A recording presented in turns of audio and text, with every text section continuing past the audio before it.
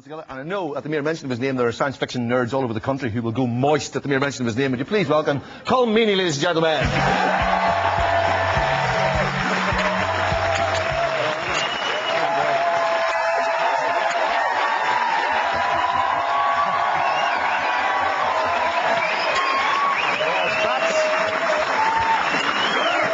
That's the best reception any guest has ever had on this show. Well, I'm very, very moved. Thank you very much. It's never been to Blanchardstown before, you know. Oh, it's an eye-opener, isn't it? Well, I'll come back, for sure. No, are you sort of pissed off with the Star Trek thing? Because that's what most kids would remember you from for that. But does it annoy you, the science fiction nerds following you around the place, or are they all right?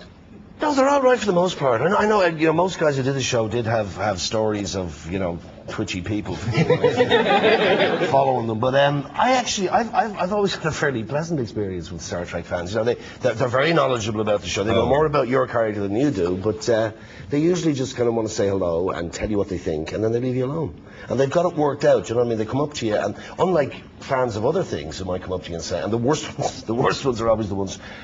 I don't mean to disturb you now when you're out with your family, like, you know, but... and 3 hours later, they're still there, you know? But the Star Trek fans tend to be... they're knowledgeable, and they come up, and they kind of know the etiquette. They say their little bit, and then they go. And they're alone. Usually. And they're usually alone, yes. Yeah. They don't have families. No. And their little bit is in Klingon as well. Yeah. Do you ever doubling it up to just get them? You just like. I did. I actually managed to say. I remember one episode where I did say bollocks on and you know, the powers that be in the States would not allow any language of any sort. You know, there's a Politburo that oversees all television production, and but I managed to work bollocks in, and they didn't know what it meant. You know. So it was, nobody raised any objection. It's nice to think of Irish swear words in the future in space that D-bag would carry on.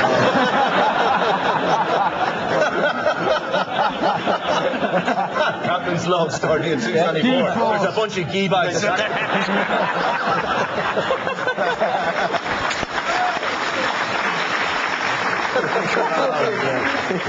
Those Romulans are a bunch of bastards. But what do you think of this Tom Cruise thing that's all coming? Well, I just heard about it actually upstairs because I've been in Spain for the last while, and they just ignore all that over there. You know? I don't think there's any Scientologists in Spain either. But yeah, I mean, he's a strange dude, you know. I mean, we've all known that for a long time. Did you have much dealing with him whenever you were on set? No, I did. I mean, it's a long time ago. He just married Nicole Kidman at the time. And, yeah, I mean, it was he's the most intense human being I've ever been around. You know, everything. But it's like, you know, everything is at the same level of intensity, you know? It's like, why did you move that cup? No, I just... don't, you know? It's like... I mean, like, I understand people getting upset about certain things, you know, but I mean... Oh, it's out of all proportion to the... It's just, everything is at the same level. Yeah. So it's very strange to be around. There's 2 things at the minute that are... Well, Life on Mars is being remade. If anybody's seen Life on Mars, it was on BBC. It was absolutely fantastic. I was hooked on it, loved it. There's a BBC series that's now being remade in the States. Yeah. And you are basically the lead in this with another Irish actor. It's the two lead characters, as you know, from the BBC series are Gene Hunt and the other guy. Not your character. No. And it's actually it's great. I mean, you got 2 Irish actors playing 2 American cops on an American TV show. But you're playing it as American? Oh yeah, totally. Oh, right. Why 2 Irish actors? Just the 2 best actors in town, obviously. You don't have a snobbishness about American doing TV now, because a lot of actors would have had, especially A-listers in the States, wouldn't have done television, but American TV like HBO and things producing brilliant stuff now. Yeah. And there isn't do you come across still that snobbery about the TV in the... It's changed a lot. I mean, there's so many, you know, what would have been feature film actors and actresses now doing TV. Because the best writing's in television. I mean, the writing for feature films is not very good. Yeah. But is it a case of actually wanting to stay in the same place as well? If you're like Charlie Sheen is doing that 2.5 Men, because he gets to live with his family, it's far more settled. Yeah. Is the case of that? Yeah.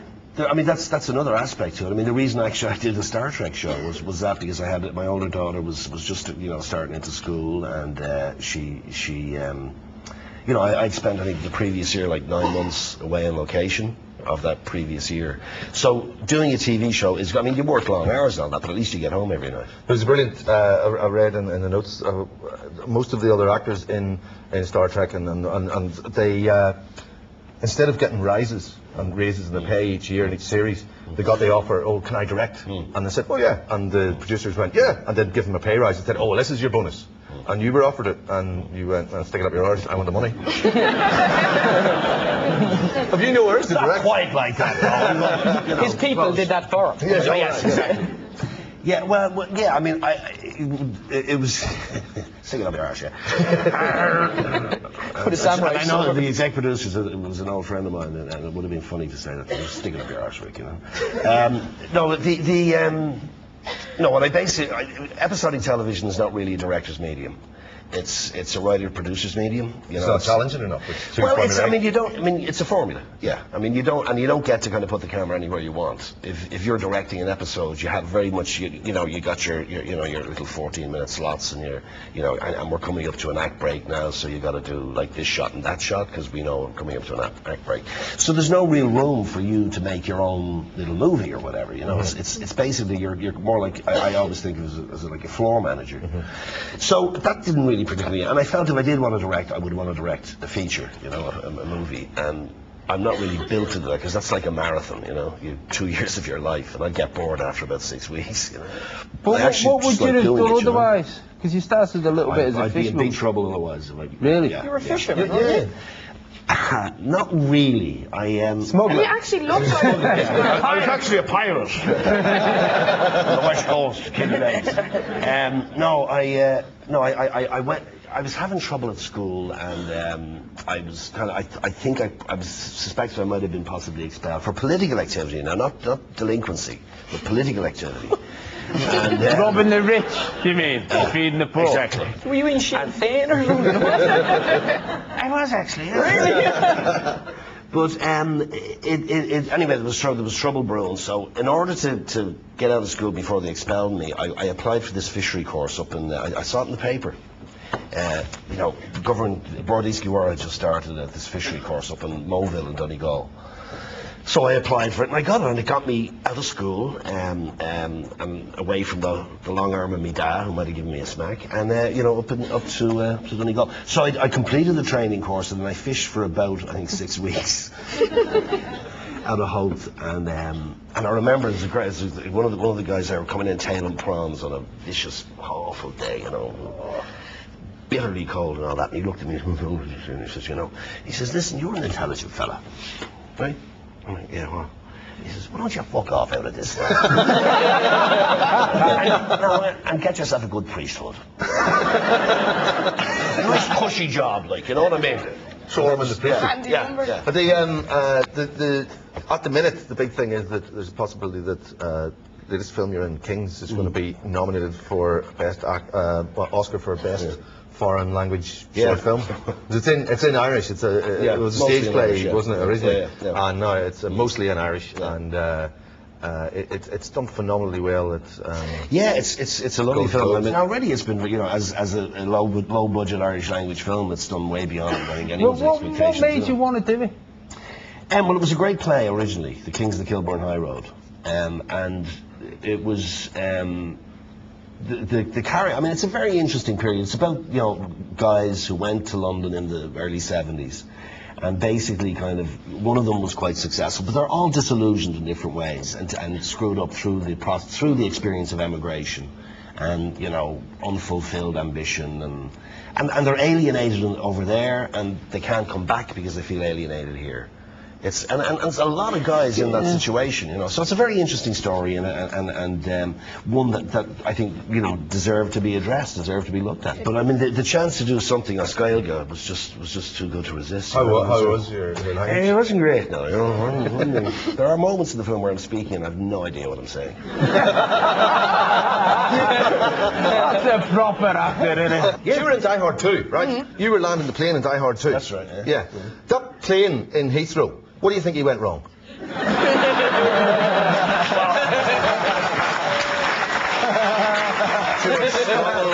Well, if I was flying that plane, I'll tell you.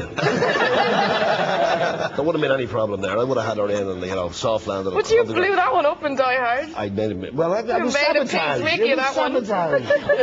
Did you keep the number plate ass kicker from Con Air? No. You should get that. That was fantastic. But put it on the Ford Escort. Well, here the actual shortlist, the nominations for the Oscars on Tuesday. So good luck, and really do hope he gets nominated and goes on to great things. Would you please put your hands together for Colm Meaney, ladies and gentlemen? Thank you very much. Join us again in a few moments for part 2 of the panel. Thank you.